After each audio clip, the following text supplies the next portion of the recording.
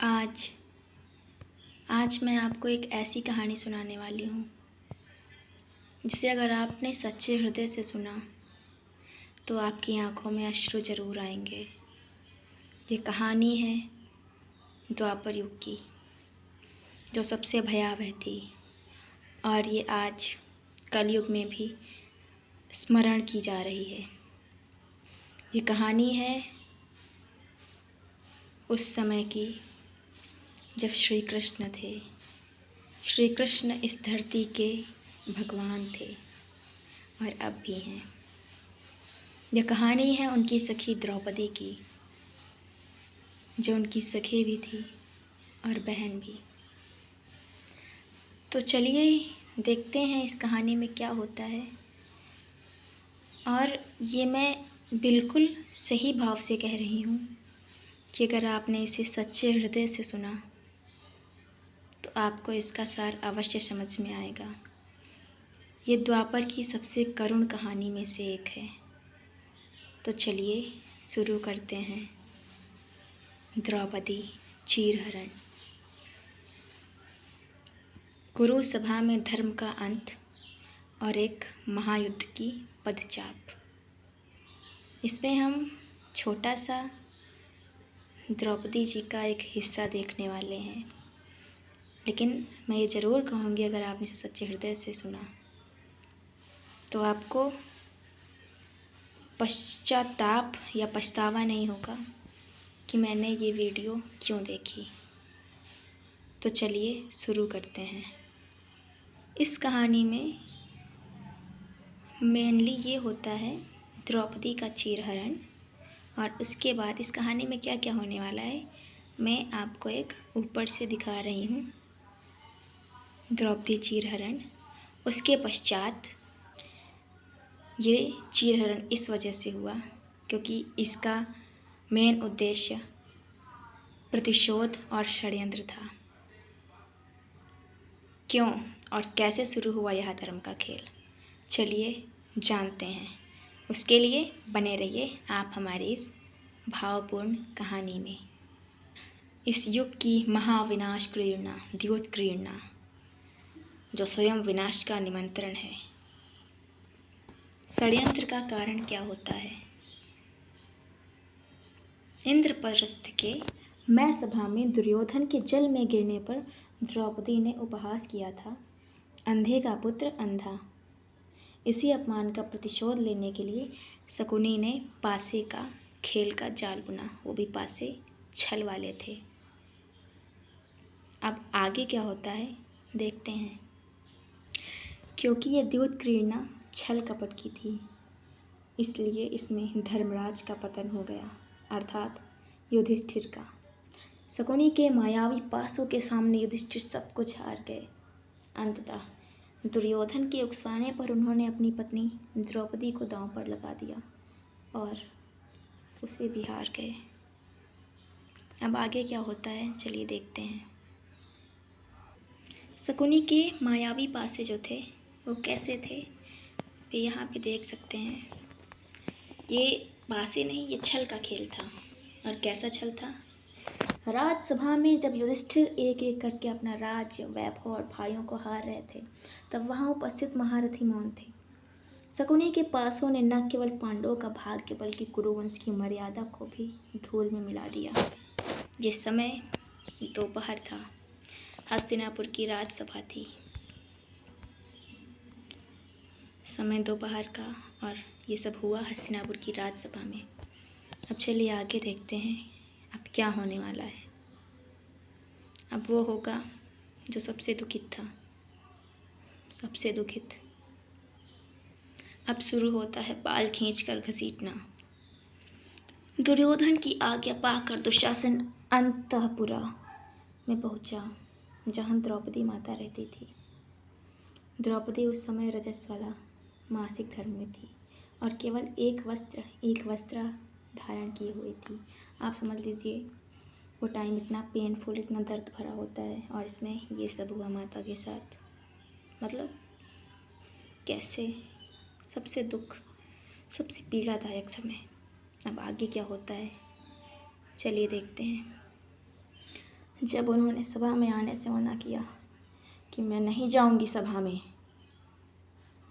तो पापी दुशासन ने उनके बाल पकड़ लिए और उन्हें निर्दयता से घसीटते हुए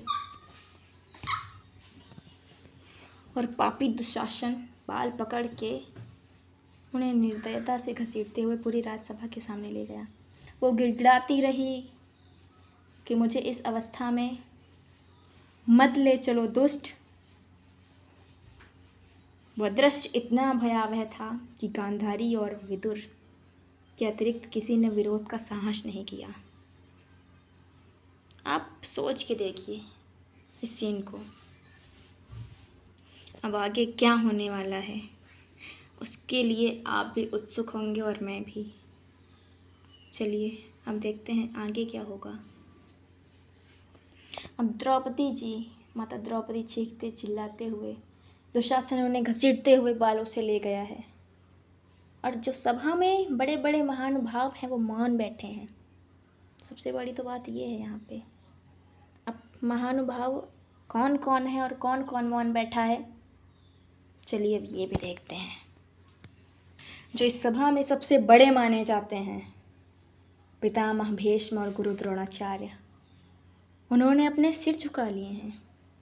वे सिंहासन के नमक और धर्म की सूक्ष्म गति के तर्क में बंधे रहे हैं। अरे, स्त्री की लाज बचाने से ऊपर तो कोई धर्म ही नहीं होता है, लेकिन वो बंधे हुए हैं, क्या कर सकते हैं। अब और कौन है वहाँ पे, ये भी देखते हैं। वहाँ पे 5 पांडव हैं जो पति हैं श्री द्रौपदी के। 5 पांडव युधिष्ठिर के धर्म पास में बंधे होने के कारण असहाय बैठे हैं। भीम का क्रोध भड़क रहा था पर हाथ बंधे थे, क्योंकि युधिष्ठिर उन्हें हार चुके थे और वो अब सिर्फ उनके उस दुर्योधन, उस पापी, उस नीच का सिर्फ अब वो दास थे और कुछ नहीं। द्रौपदी जी गुहार लगाएं तो आखिर किससे लगाएं। अब पांडव भाई के अलावा वहाँ पे धृतराष्ट्र, वो धृतराष्ट्र भी हैं जिसका सुपुत्र ये सब करवा रहा है। अंधे सम्राट धृतराष्ट्र मौन रहे, मानो उनकी अंतरात्मा भी अंधी हो गई हो। केवल विदुर और विकर्ण ने इस अधर्म को रोकने की मांग की। इसमें नहीं है जो मैंने कहानी रचित की है, लेकिन एक बात और, द्रौपदी कहती हैं, आप अंधे हैं, आप देख नहीं सकते पितामह धृतराष्ट्र, किंतु आप बहरे तो नहीं हैं, आप सुन तो सकते हैं कि आपकी सभा में क्या हो रहा है। तब धृतराष्ट्र पता है क्या कहते हैं, पुत्र मोह में अंधे, एक तो नेत्रों से अंधे, ऊपर से पुत्र मोह में अंधे। कहते हैं एक दासी का तो यही अधिकार है, एक स्वामी का तो यही अधिकार है कि दासी उसकी बात माने, और अब तो तुम दासी हो। द्रौपदी उनसे भी अपना मुखड़ा मोड़ लेती हैं, और अब आगे क्या होता है अब वो देखते हैं। और सबसे बुरा शब्द जो वो सुगतपुत्र कर्ण बोलता है, अरे वो वैश्या जो 5 पतियों के साथ रहती है, उसका क्या मान, दुशासन इसके वस्त्र उतार दो। अरे वैश्या कहने वाले, तो क्या जान इनके बारे में, जो अग्नि की सुता हैं, जो याज्ञसेनी है। और वो धूर्त दुर्योधन कहता है, ए दासी, अपनी जंघा दिखाते हुए कहता है, ए दासी आ और बैठ जा मेरी जंघा पे। अब आगे क्या होने वाला है अब वो भी देखिएगा। एक एक करके माता द्रौपदी सबसे गुहार लगाती हैं कि मुझे बचा लो, मैंने किया है, धर्म क्या मर गया है। लेकिन सबके मुंह लटके हुए थे, सब मौन थे। अब चमत्कार होने वाला था। दुर्योधन कहता है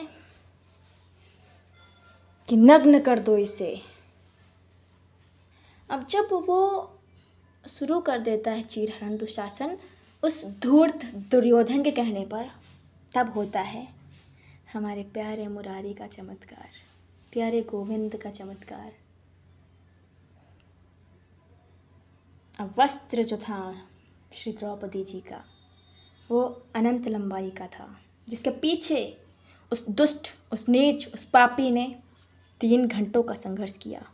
वो 3 घंटों तक उनकी साड़ी खींचते रहा और अंत में होता क्या है, दुशासन वस्त्र खींचता रहा और साड़ियाँ निकलती रहीं। रेशमी, रंगीन और सुगंधित साड़ियों का पहाड़ बन गया। हुआ क्या, शक्ति क्षय और पराजय। और ये सब चमत्कार किसने किया था, आइए वो जानते हैं।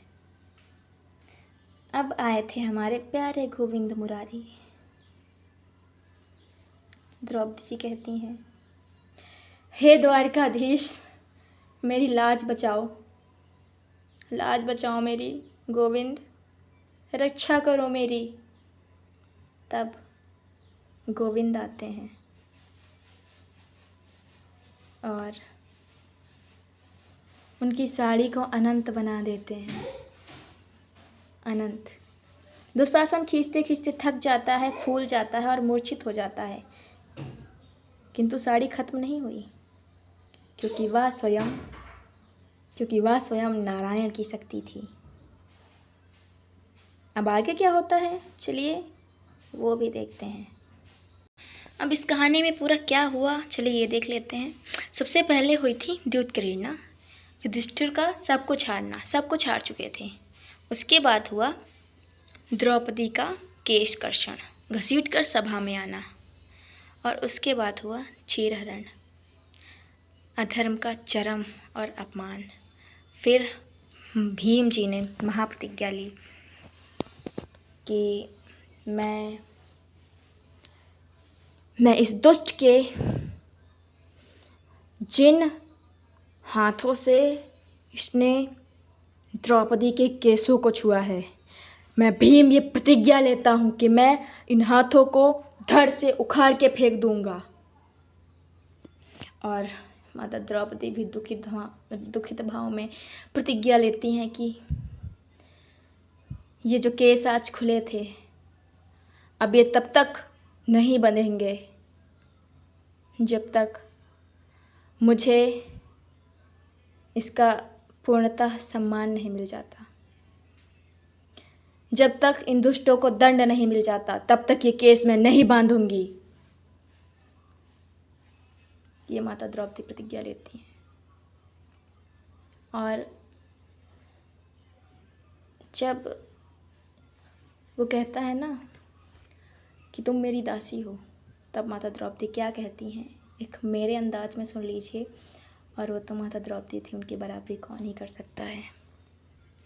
वो कहती हैं, मैं दासी नहीं, क्योंकि मुझे ये स्वीकार्य नहीं।